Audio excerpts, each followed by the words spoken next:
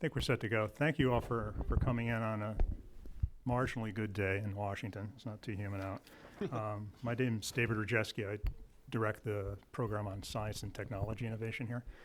I'll just give you a little bit background before we start so you get a sense of the context. About 7 or 8 months ago, we actually started a project called Public Engagement in the Age of Complexity. And we did that because we generally feel that this issue of how do you engage the public on a whole host of complex issues is no longer a side problem. It's really front and center. I mean, it's not just related to specific topics. I mean, some of you people here deal with potentially, foreign aid problems, health problems, sustainable development, climate change. So it cuts across topics, it cuts across disciplines. So we'll talk a lot about science and environment, but it's obviously a problem across multiple disciplines, and it's a problem across multiple organizations. Obviously, private sector folks have a big challenge here, as well as the government folks and those folks of us in the sort of policy research area. So our feeling was, okay, it's not enough to be a think tank. We have to figure out how to communicate great thoughts. And so that's sort of was the impetus about starting the program, and we spent 6 months interviewing a whole bunch of people. And Frank's book landed on my desk in the middle of that process. Perfect timing. So we thought, okay, this would be a great place just to have a more public conversation. So in the fall, we'll be releasing the paper we're working on. But Frank, obviously, you've got his bio, but he's been dealing with communications issues for 20 years now. He's dealt with companies, agencies, startups, across all kinds of issues, from intellectual property to cybersecurity to physics. So we thought it would be interesting for he and I just to have a conversation, maybe for a half an hour or so, and turn it over to you. We're going to just we'll talk a little bit about general sort of structural problems around communicating. We'll talk a little bit about some of the hang-ups we have as people, as experts, when you try to do this. A little bit about approaches that you can use at a general or high level. And then, of course, we've got to talk about PowerPoint. Oh, yes, PowerPoint. Yes.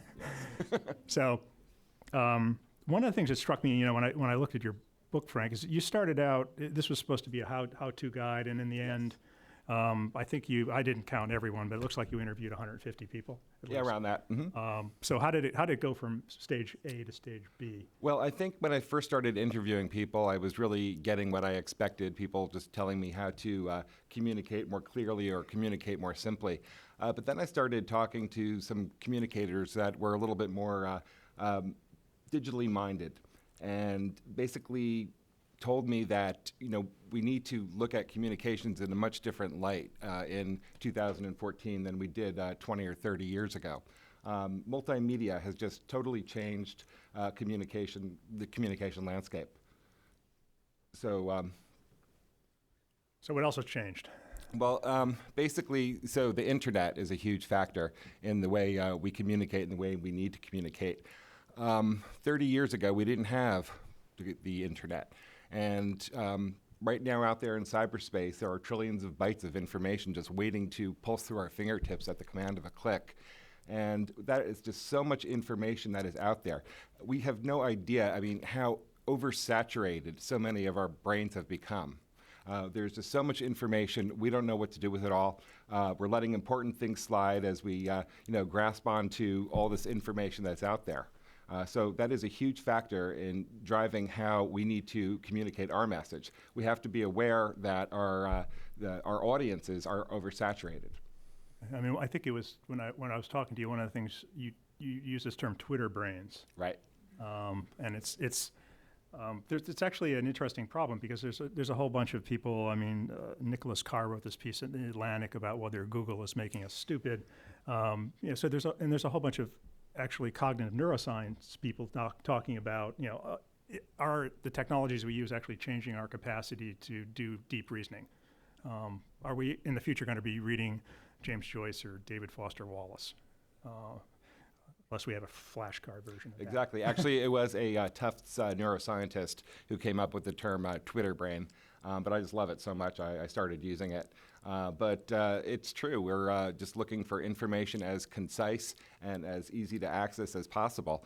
So there is a concern that people may someday turn off their appreciation of literature, which I hope never happens. But to be a successful business communicator or somebody who's communicating science or anything else, and you want real people to understand your message, not the specialists that you work with, but if you want a general population, or if you even want business-minded people at your organization to understand what you're talking about, you really have to frame things in a different, more contemporary context.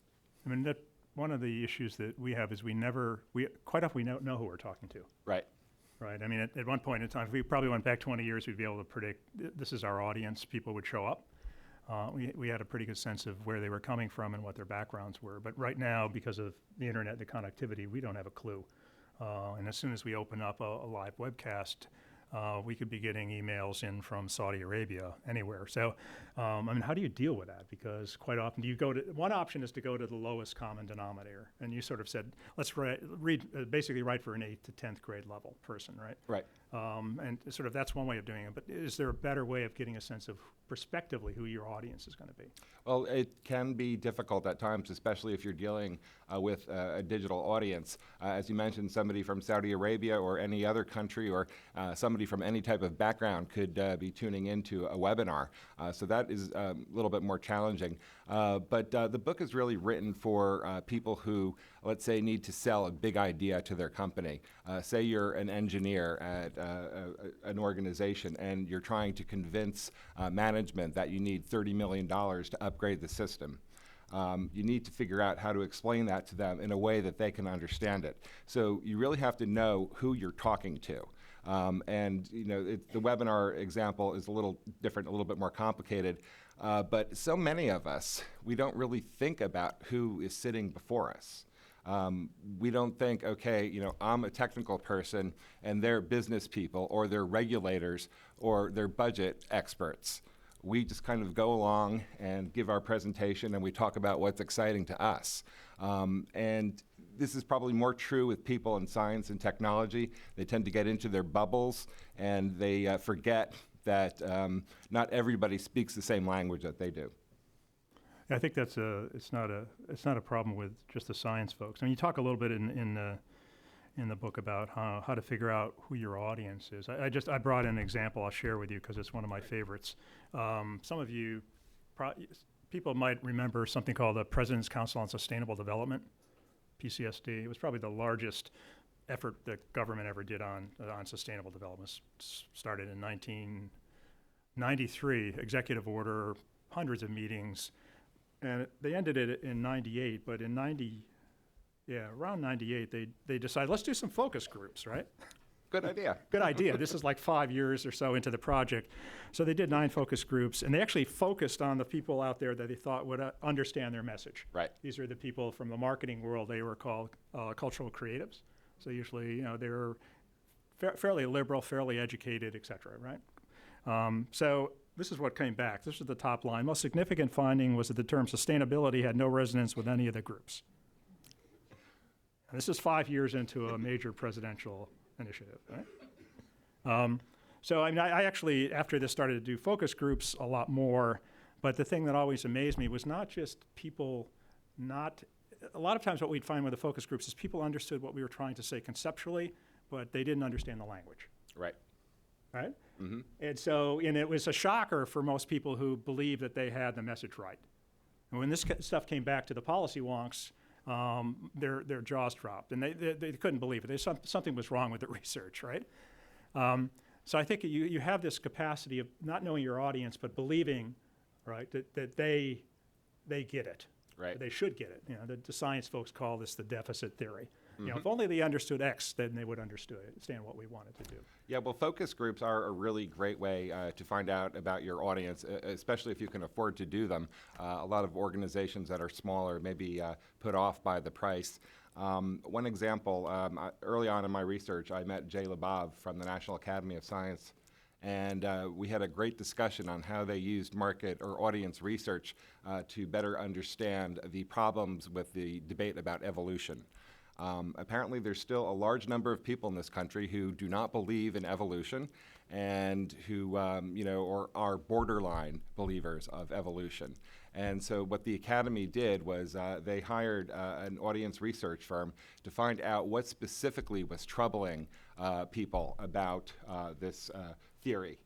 And what came back surprised them. It wasn't like a huge monumental change, but what they found out was that the people who participated in the survey don't care about Darwin's little brown birds in the Galapagos Islands. They just had no interest. If you remember, the brown birds in the Galapagos are how most of us learned about evolution.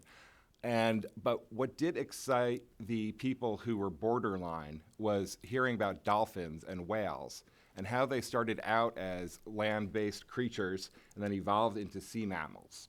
And for some reason, when they just changed the example of evolution, it started registering better.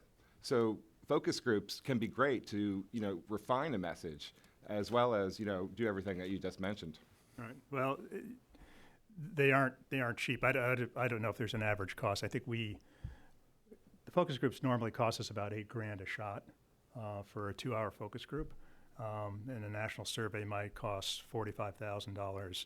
As you mentioned, I think in your book, you can always tack questions onto an omnibus survey. Yeah, there's an omnibus survey option, which some of the larger market research companies have. And if they're doing a call for a larger company, they can just tack on, like, let's say you have, 3 questions that you want to ask. Then you could pay them, a lower sum of money so you can get some information from a scientifically based research option. And there's always the grandma test, right? Right. Go to your grandmother or or your neighbors and try that on them.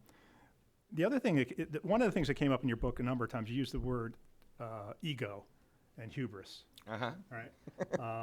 And I think that's a large problem, certainly in Washington. But how does how do people get around that? Well, there are different levels of ego. There are just some people who are just crazy egotistical people and they just want it to be about them. But there are a lot of people, probably some very nice people here in this room, who have an ego issue, but it's not like a horrible ego issue. What I mean by that is when we give presentations or write papers, we have a natural ability to want to sound smart.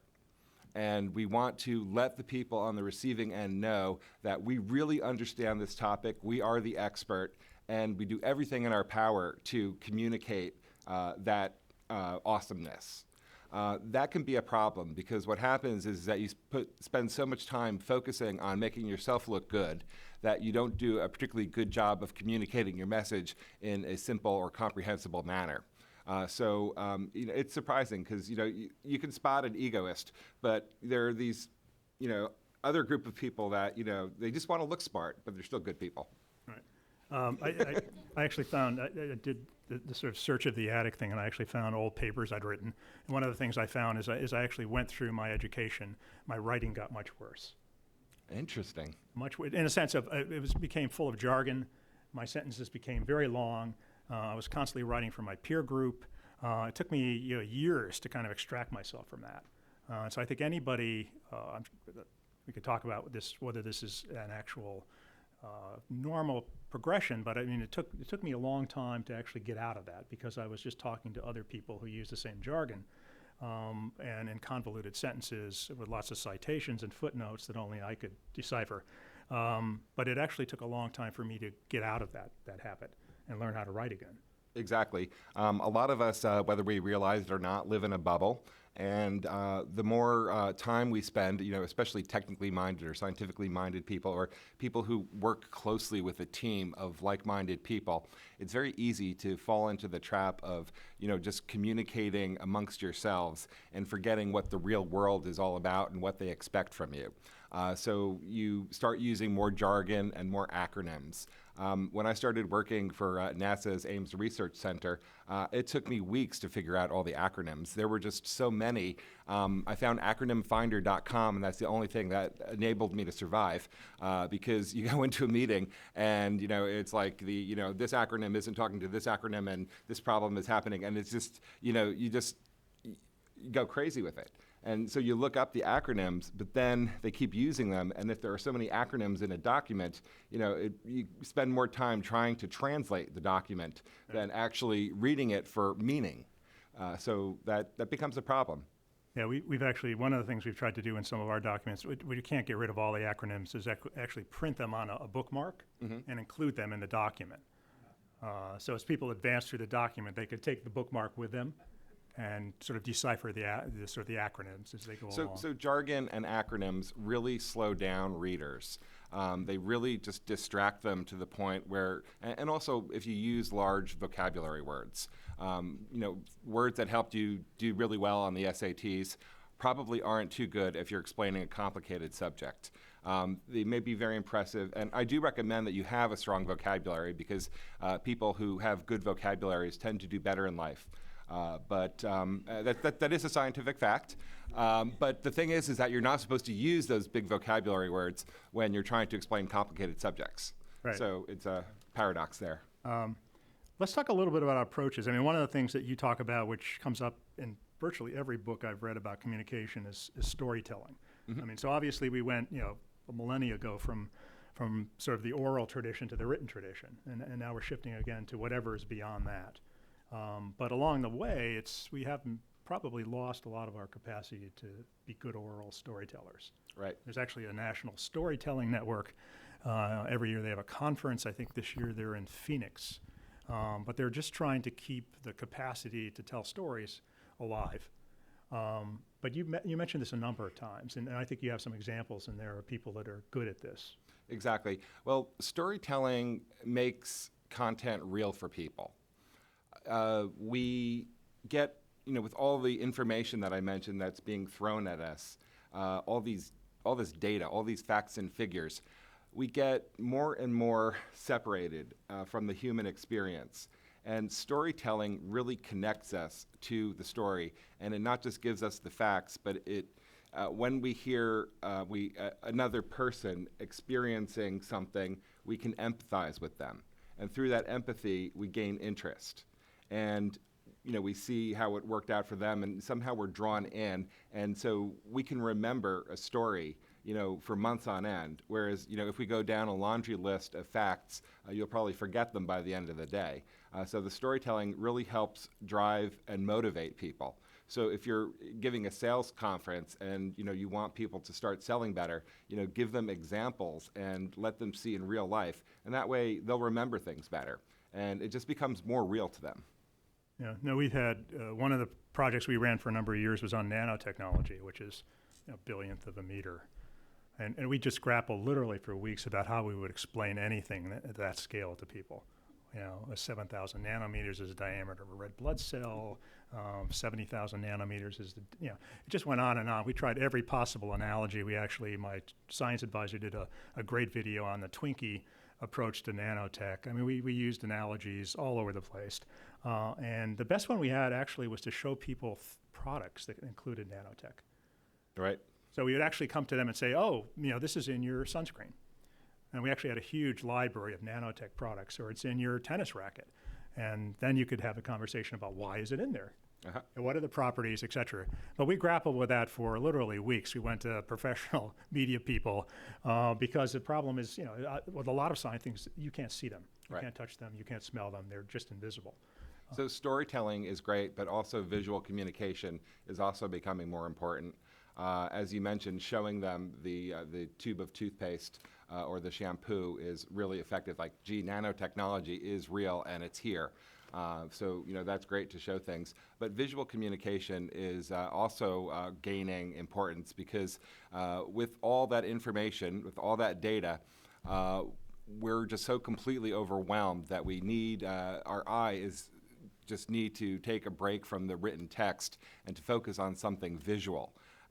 If you think about it, it makes a lot of sense. The written word has been around for like 4,000 years, and the visual communication has been around for 40,000 years. If you think about cave drawings are basically stories that are visual. So visual communication comes very natural to our primitive brains. Something that's been around for 40,000 years is a lot more approachable for us than the written word, which is only 4,000 years. I brought a sample of some visual communication. I hope you can see it in the back. But this is from an infographic that I produced to promote the book, and basically gives you an idea on trying to get a message across visually. If you were to have logged on to the Los Angeles Times on May 1st, you would have seen something resembling this visual, but it would have bits of information under each of the 6 items, as well as an introduction to the infographic. That way, as people are going, through the LA Times site, and this also appeared in several other small-town business newspapers and on websites, you could find out about my book in like a snapshot. So you could just say, well, what is a supercommunicator? And what is this crazy woman who's cut in half? Half of her is a normal person, half of her is a superwoman. What is this all about? So it trains the eye, and you're leaving blocks of text to focus on this crazy visual, and then you start reading the text around it, and then hopefully that leads to something. So we see infographics really continuing to accelerate. People just like to see that snapshot of information, and then if they do like what they see in that snapshot, then hopefully they'll read something deeper about it. But to get their attention is really difficult, and the visual communication is important for that reason. I mean, the other thing that you talk about in the book is this concept of layering information, which I think is some of these problems become more complex. It's something that's very useful in terms of getting people into a subject. We do a lot of work with video games, which are built on layering principles. So we'll give you a little bit of information, challenge you about that. Oh, you thought that was tough, now try this level. Right. So I think one possibility is breaking down the problem. It's a reductionist approach, so you have to make sure when you break it down, you don't break down the connections between things. Exactly. Yeah. So just giving people bits of information in just bite-sized chunks, and then adding on to that little by little. So not giving them the whole huge story of everything complicated, because as soon as people perceive something as complicated and they feel overwhelmed, their ability to learn diminishes. So by layering and just taking things one step at a time, it helps ease the pain. I talk about a energy firm in North Carolina called SOS International, and they train people to work on the nation's power grid. And when they teach their classes, they're very complicated classes, because to work on the power grid, you need to have a background in science, you need to have a background in technology, you need to understand how energy can move from one place to the next, and you need to understand a whole bunch of regulatory issues. So, if they were to just go in there and just throw everything at them at once, the students would be overwhelmed and would learn nothing. So they basically distill it down to the simplest lesson of electricity, and how does electricity work? And then they start piece by piece adding on until one day they can, help, transfer energy from, Utah to California. All right, let's do some techniques. I mean, I've got to do the PowerPoint thing with you. Some of you, how many people use PowerPoint? What did you tell me, 30 million PowerPoint presentations today? Every day, in any given day around the world, there are 30,000 PowerPoint presentations being given. 30,000 or million? 30 million. 30 million, yeah, it's amazing. You were kind of kind to PowerPoint compared to people like Edward Tufte, who it's basically implicated these in all the major shuttle disasters that have occurred at NASA. There is a problem, and there he talks about the cognitive style of PowerPoint. It's linear, it's full of bullets. Talk a little bit about PowerPoint. What's beyond that? And you talk about Prezi in the book. Prezi is good. I am, really focusing on getting away just from the bullet points and just using PowerPoint not as a teleprompter. Most of us create slides to help guide us in the presentation. So they don't do that much for the audience, but if you can see, okay, I'm talking about this subject and I have these 5 points to cover on it. So you're standing here and then you're looking up your screen and it's basically your outline. That doesn't do much for the audience as far as learning. My preferred program right now is the Apple product, Keynote. And the idea there is that you have a lot more flexibility. PowerPoint is set up in kind of a rigid manner with the formatting. It really encourages bullet point thinking. And bullet point thinking can have its drawbacks. It sometimes prevents people from getting the full picture of what you want to explain.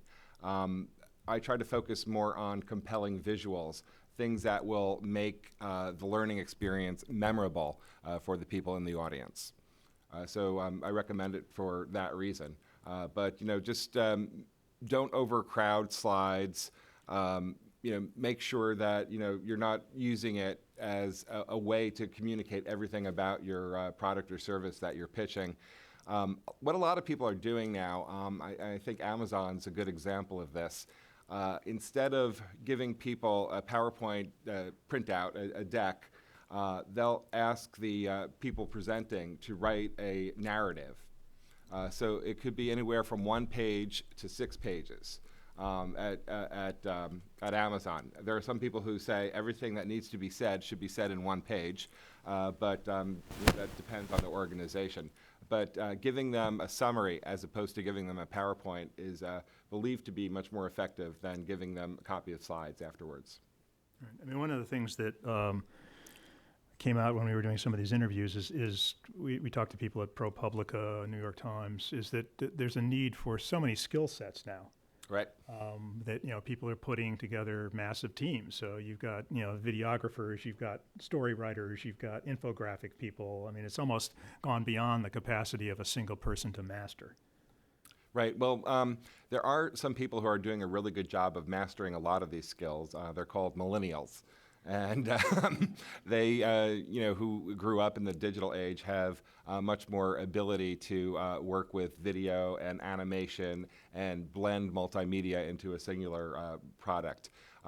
There are some projects where obviously a single person can't do it. I spent a lot of time up at NASA's Goddard Space Flight Center working with the people in the National Climate Program there. I forget the actual acronym. But they do some great work with data visualization and helping show, how the climate is in fact changing. They produce these wonderful simulations of, showing you, okay, this is what the sea temperatures are were in 1900, then 1950, then 2000, and then what's going to, be like in, 2050.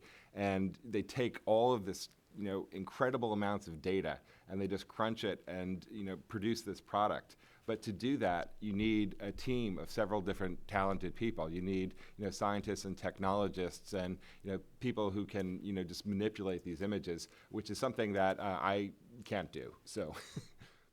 It's one of the audiences that certainly we deal with, and probably a lot of folks in the audience are people in the press, right? Mm-hmm. And certainly in the science side, I don't know the exact number, but I think over the past 10 years or so, the number of science reporters has diminished dramatically. It's a shame, yeah. Over 50%, I think, are gone. So the science, if it's not written about well, it ends up in the style page. The other thing that we've noticed that's disappeared are fact checkers. Right. So sometimes people check their facts, and sometimes they just take them off your website. And we've recently had a situation where we had to go back and actually deal with the reporters in quite an aggressive fashion to get them to change things, because there are no fact checkers.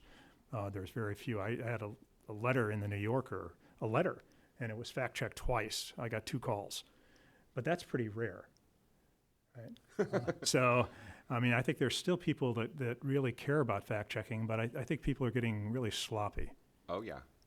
And I think that's quite worrisome, because there's not going to be anybody out there actually doing any deep dives on facts anymore. Exactly. Yeah. Unfortunately, the news business has changed in so many ways. In some ways, you could say it's fortunate, but in other ways, as far as quality, fact checking has gone down. Editorial, people just don't have the time to do the research and to write a proper article. One of my biggest frustrations over the past couple of years was the Higgs boson. How many people here have heard of the Higgs boson? Wow. It's a good number. Now, of you, how many of you would feel comfortable coming up on stage and explaining to everybody else what it is?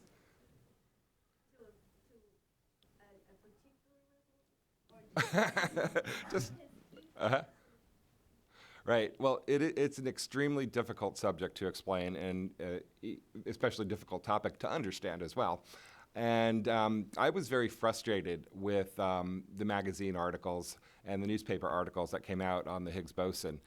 And this was, about 2.5 years ago when they were getting close to discovering the Higgs. And I would read in major news publications, scientists, are coming close to discovering what they believe is the final piece of the standard model of physics. And this is exciting news, and because of it, physicists are dancing in the streets of Geneva. I've been to Geneva. Nobody dances in the streets, let alone physicists. But, I kept reading these articles, and, nothing was resonating with me. And, well, why is this important? And, I think that a lot of the journalists that were doing it were just so busy covering other stories, and they were so short on strategic, scientific writers that, we got a lot of mediocrity in the process. I think it was in 2007, somebody sent me an email, so you got to watch this show. It was called The Big Bang Theory. How many people have seen this show? Wow, okay.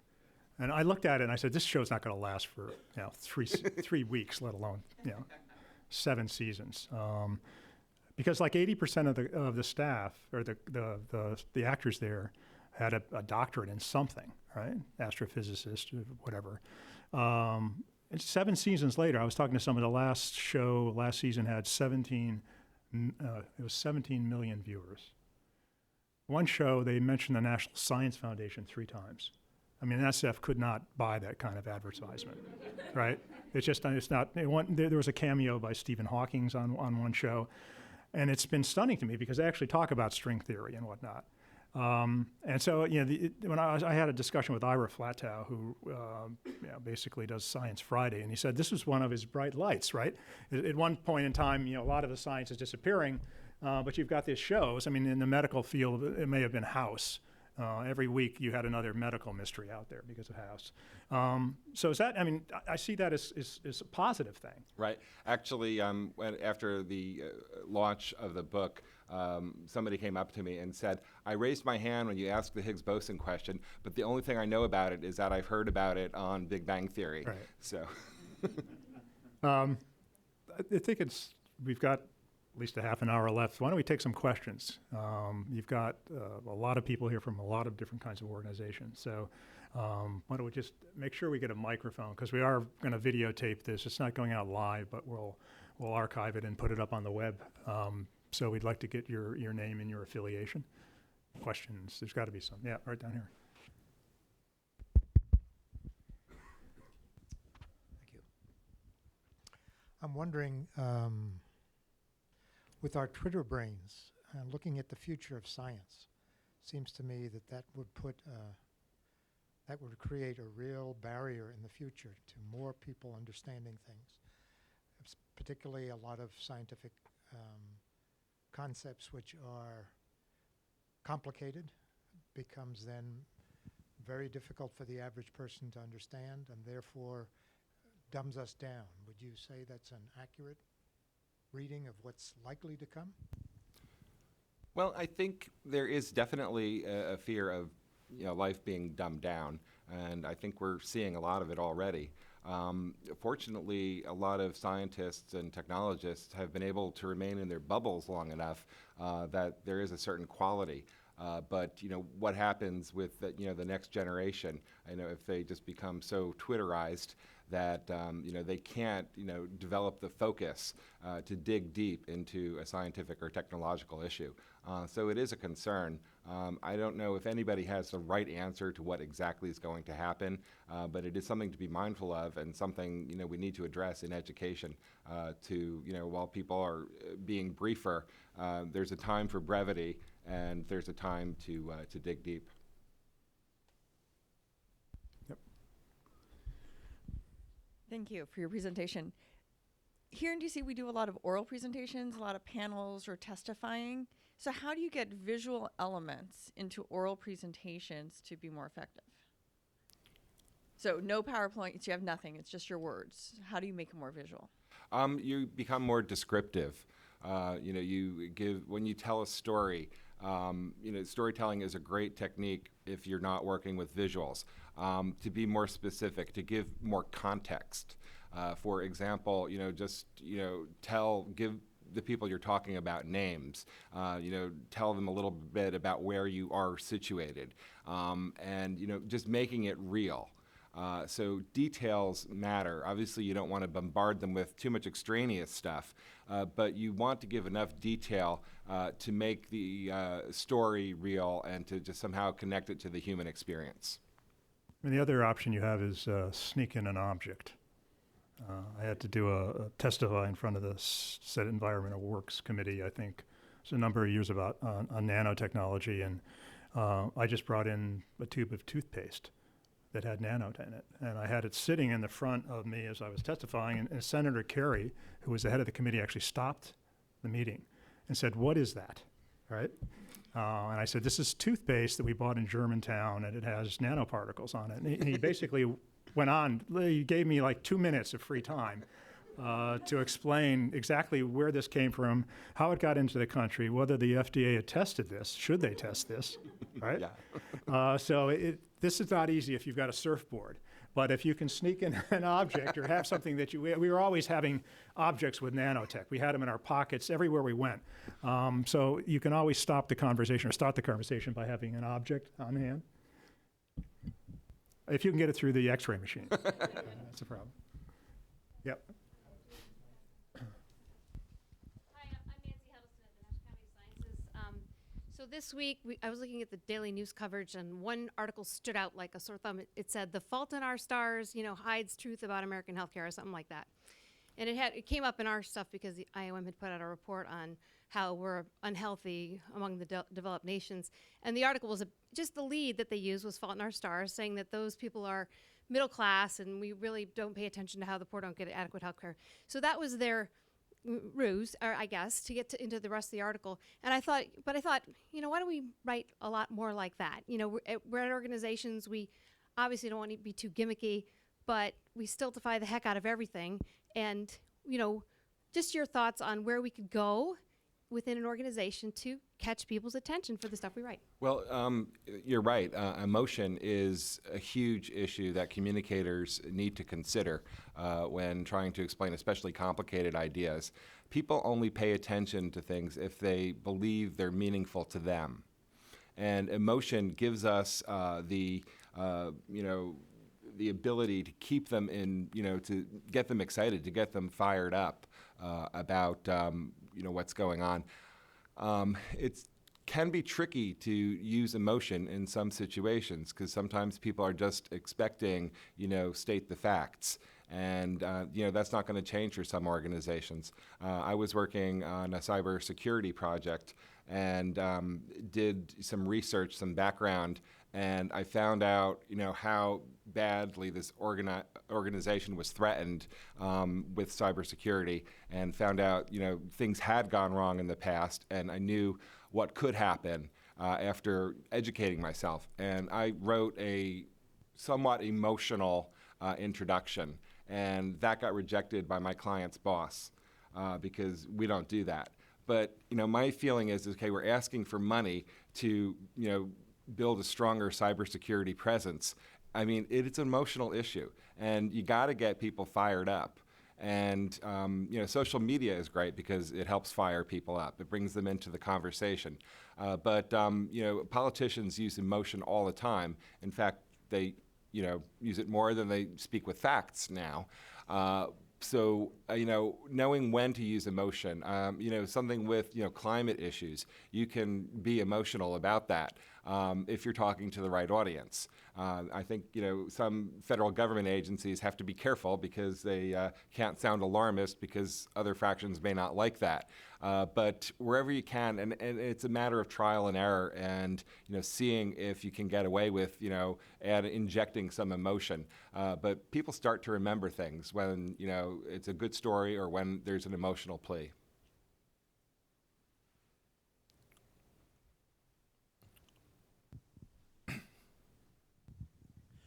Great presentation. John O'Con with On-Call Communication. Quick question. I haven't read the book totally, but to a degree, it's understood that a greater number of aspects of communication is nonverbal.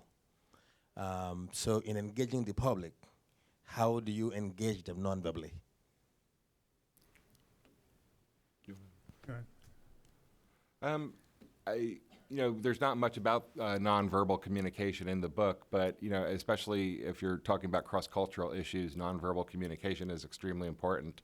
Knowing how friendly to look or how serious to look, and so nonverbal communication can be important. It's just not an issue that's addressed in this particular book.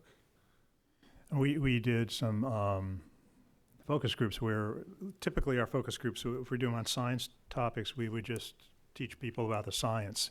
But the last time we've done them, we actually put scientists and we videotape them, right, to see how people would respond to the messenger. Right? And there's just radical differences. We tend to be visual, and we tend to make an immediate assumption about the person that we're talking to based on, whatever, hair color, facial hair, whatever it is, their suit. And so we found that there was incredible differences quite often in how people responded to people just providing an explanation of a particular scientific topic, depending on who it was. It changes with gender, it changed with just backdrop. So I would say people are extremely sensitive, especially if they don't understand the message very well. Because then the issue becomes, well, what do I think of you as a person, and do I trust you? Right? That's the other sort of the other deficit. It's not just a deficit of understanding. We find people that understand the science, but they don't trust the messenger because they don't believe in the messenger. The messenger's from industry. They don't trust the industry. They don't trust the government, whatever it is. We become much more sensitive, at least based on the focus group work, that it's not just the message. It's actually the messenger plays a huge role in this. So if you're in an agency, who you send out, how they dress, how they're prepared actually can have a huge difference on the message. So I think there's a lot more to that than we don't know enough about it, but based on a lot of the work we've done in focus groups, I'd say people are very sensitive to that. Yeah, to add to that idea that you just said, people like to feel that they're in a conversation with other people. People learn better when they feel that they're engaged in dialogue, some back and forth. So that adds to your idea, and just make sure that when you're communicating, try to involve people and to go to that human level. I'm really glad I bought the book. Oh, thanks. My name's Chandler Weiland, and I'm working on a project where there is no interaction. It's a YouTube thing, and so the YouTube is not going to be aware of any interaction, although there will be some interaction. So it's basically a book being read to an audience, and my question is, I don't want to take away from the book. Should I anticipate that the listener is going to be focusing on the reader, and should there be some attempt at eye communication between the reader and the listener? Does that make a difference? Do you understand? So are you saying that on the video, should the person look up and make eye contact? Periodically or no? Does it make any difference? Because ideally, the person is going to read along with the book. Mm-hmm. But the reader themselves is fascinating because it's likely to be a scientist with that stuff, or... Well, I would do whatever I could to make it more engaging and to make it feel more personal. And, looking up, suggests to me, that you can do that. That will engage the listener to be more attentive. And when you're talking about engagement that way, sometimes you can have a person doing it. You can have a scientist or a spokesperson. But one thing that's becoming popular is also agents, which is a term for like a computer graphic that is kind of like your host, and kind of guides you through the setup of the software. So like Microsoft has that paperclip thing. Yeah. So people respond really well to that stuff. So if you don't have a human or a dog, people love dogs, or get a paperclip or something like that. All the way in the back. Hi, I'm Joanna Fisher. I work with the National Park Service, and I have a question that goes back to the previous question about trust and building a relationship with your audiences. It seems like sometimes it's a fine line between explaining something in an easy-to-understand way and talking down to audiences. And as soon as an audience feels like they're dumb, they're not going to listen, or they're going to lose trust in you. So how do you walk that line of explaining something in a simple way without making your audience feel dumb? Well, again, that goes back to knowing your audience. Do whatever you can to learn as much as you can about who's going to be sitting before you. We were talking about a focus group, but sometimes that's not possible or even desirable. If you could just collect some information, if you have a list of the names, if you could check out their profiles on LinkedIn, or just somehow learn who's going to be there, and then make an educated guess. Okay, well, these are people who are tourists and they're coming by, and they're all general interest, and that not to be as sophisticated with that audience as, say, if you had a more professional group that you were talking to. So it's really identifying your audience. But talking down to people or talking so simply that it feels like you're talking down to them is definitely a huge problem. And the only way you can really do that is to make sure you know who they are and get a feel for how much they know. Maybe ask a couple of questions at the start of your presentation to kind of gauge the audience. You also want to know when to simplify content and when to clarify content. Do you understand the difference between the two? When you simplify something, you could potentially take steps out of a process. I asked Vinay Ray, who is the man who introduced cell phones in India, I said, well, how did you explain cell phone technology to people, to farmers in rural India? And then he said, well, Frank, I didn't have to explain to them cell phone frequencies and the purpose of the towers and all that. All I had to say was, this is your phone. It walks around with you. In that case, you can simplify something. But in the case of the people at SOS International explaining the power grid to people, you can't simplify steps there. You can't make things just easier. You have to clarify. You just have to be extremely clear. You may have to layer your presentation. Just be mindful of whether you need to simplify or whether you need to clarify. Yep, all the way in the back on the left. Hi, Stephanie Grosser from USAID. I was wondering if you could walk us through how you engage in the creative process to create new, fresh concepts, either when working with teams or on your own. I tend to be very creative in my approach, and it's just doing some research and thinking about it, and I'm very non-structured that way. So I don't necessarily have a process, a formal process. But there are definitely structured communication theories out there. One which I've recently become aware of is basically taking big ideas and creating hypotheses and testing those hypotheses, and then seeing, working out what works, what doesn't work, and then trying to test the hypotheses, and then trying to build your product or image or whatever from that.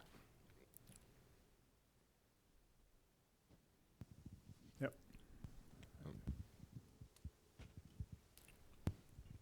Matt Ostrander with the National Conference of State Legislatures.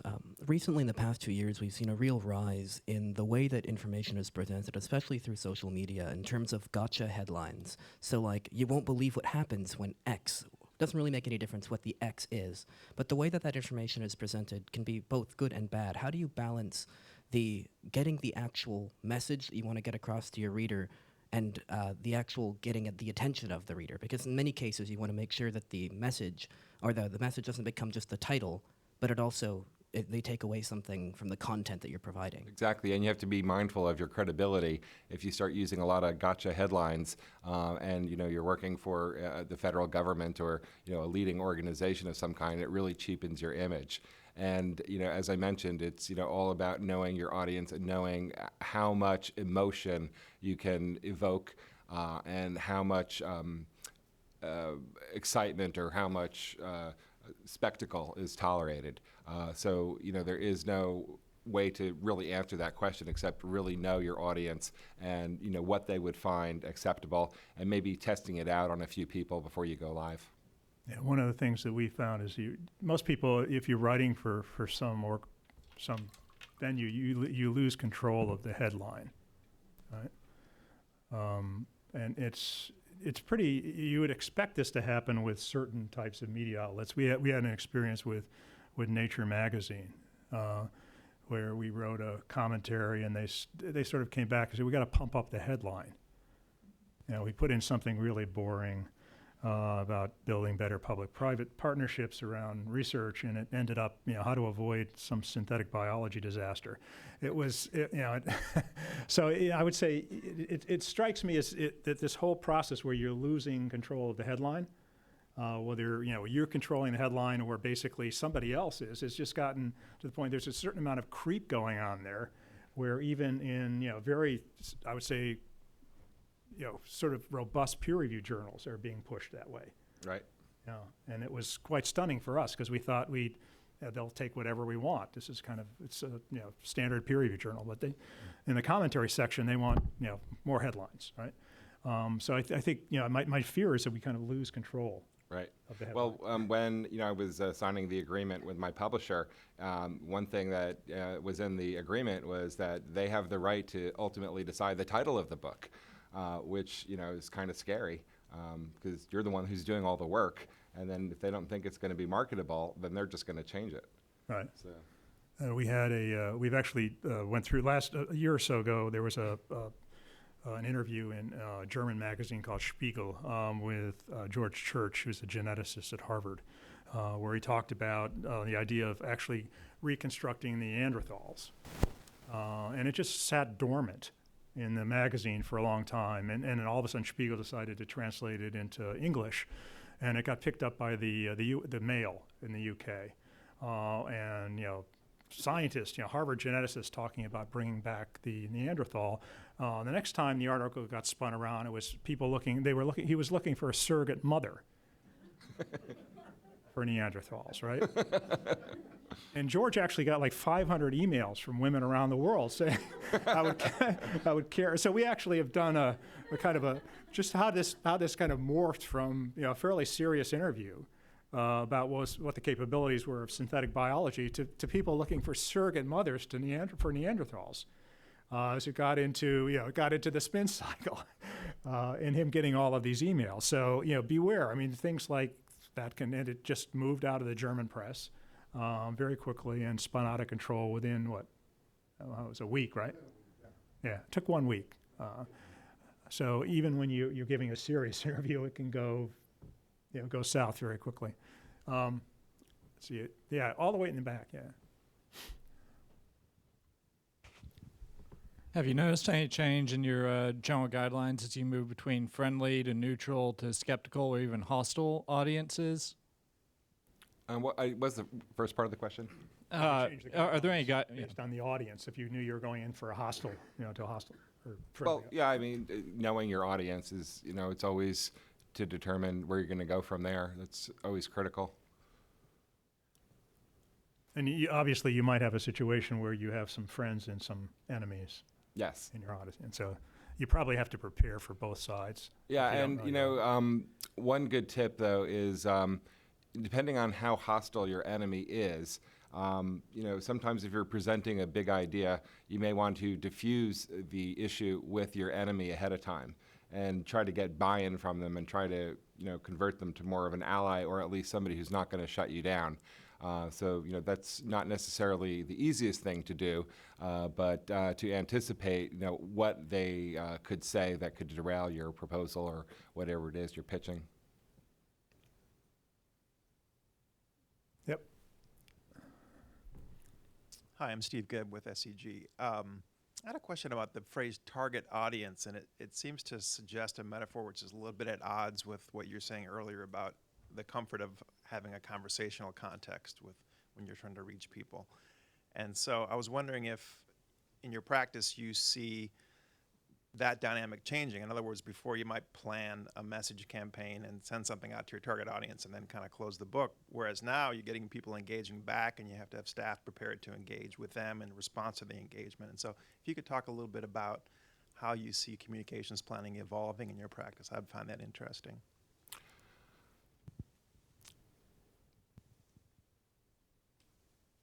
I'm not sure where to go with this. Can you give me an example or anything more on that? Well, if you identify a target audience and you have a message and then you send out a news release and then that's kind of it. Right. Is that the end of what you, in your consulting practice, what you do? Or Well, I guess it try to depends. build a team's capacity to respond to the engagements? It that depends comes on what back? type of media. Okay. So, if it's a press release, there's only so much that you can do. You can only, control it so much, unless, you come up with multiple press releases that, are going to go to different types of media outlets. But there's more and more demand these days for targeted communication. And the internet and digital communication really speaks to that. That you can say, okay, this is this kind of audience. I need to build this message to reach them. So if you're doing something a little bit more digital, then you have more leeway to work with that. But hopefully, all of your different messages or your different target audiences all kind of say the same thing and get people moving in the same direction, but maybe tweaked to meet the needs of specific groups. Got time for like one more.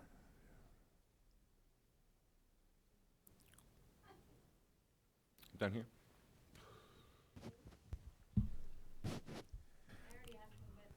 Regarding multimedia, there seems to be like a lot more, there's all kinds of fads out there. There's, interactives, and we're doing a hodgepodge of all this stuff. Videos are getting shorter. You got the infographics, you got that, which maybe has a different name than an infographic. So, what in your, any thoughts on, going after the latest fad, or should you get good at one thing and stick with it? Do you use a mix? I mean, do you have any thoughts on that kind of thing? Well, yeah, there are a lot of fads, and it's being objective about it. For multimedia, I think like a really good example is a piece that the New York Times did. I think it was a year and a half ago, called Snowfall, and you could Google that, New York Times and Snowfall. And it was this multimedia sensation that they created, which really speaks to the new generation of communication. It embeds video, it embeds audio. It's basically the story of an avalanche in Washington State. And several professional skiers were off-piste, and 3 of them got killed by an avalanche. And so the Times piece covers, from when they started out on the expedition through the recovery mission. And but the way they tell the story is just compelling. They show you still photography of the people, of the situation. They give you graphics that show you how the avalanche occurred, where the snow came from, and why it hit at this trajectory and this and that. And so by the time you're finished with this rather lengthy article, you have such a deeper understanding of what it was like to be a part of that avalanche. And that's what makes it compelling. And so if you can get multimedia to do that for you, then you're on the right track. The problem is that so many people are abusing and misusing multimedia. People are interested in bells and whistles, and that's not a good thing. So you need to be objective. You need to be an editor, because a lot of people who get excited about multimedia, they might be technically capable, but they don't necessarily think like a journalist. And it all comes down to telling a convincing story. And if the multimedia that if you choose whatever mix you choose, if it tells a better story, then use it. And, not so much worry, is this a gimmick or a fad? Okay, I think we actually have gone through an hour. I hope we've answered some of your questions. Frank, you're going to stick around and Sure. sign books, sell books, answer any other questions. Thank you all. Hope you have a great summer. We'll be back probably in the fall. The next book we're trying to get people to talk about, this just came out, it's called Complexity and the Art of Public Policy by David Colander and Roland Coopers at Oxford and Middlebury. So we're trying to get them to come in probably in September. But once you're on our email list, you'll get notified. Unless you You'll tell never us be not. taken off. Unless you get taken off. Frank, thank you. Well, thank you, David.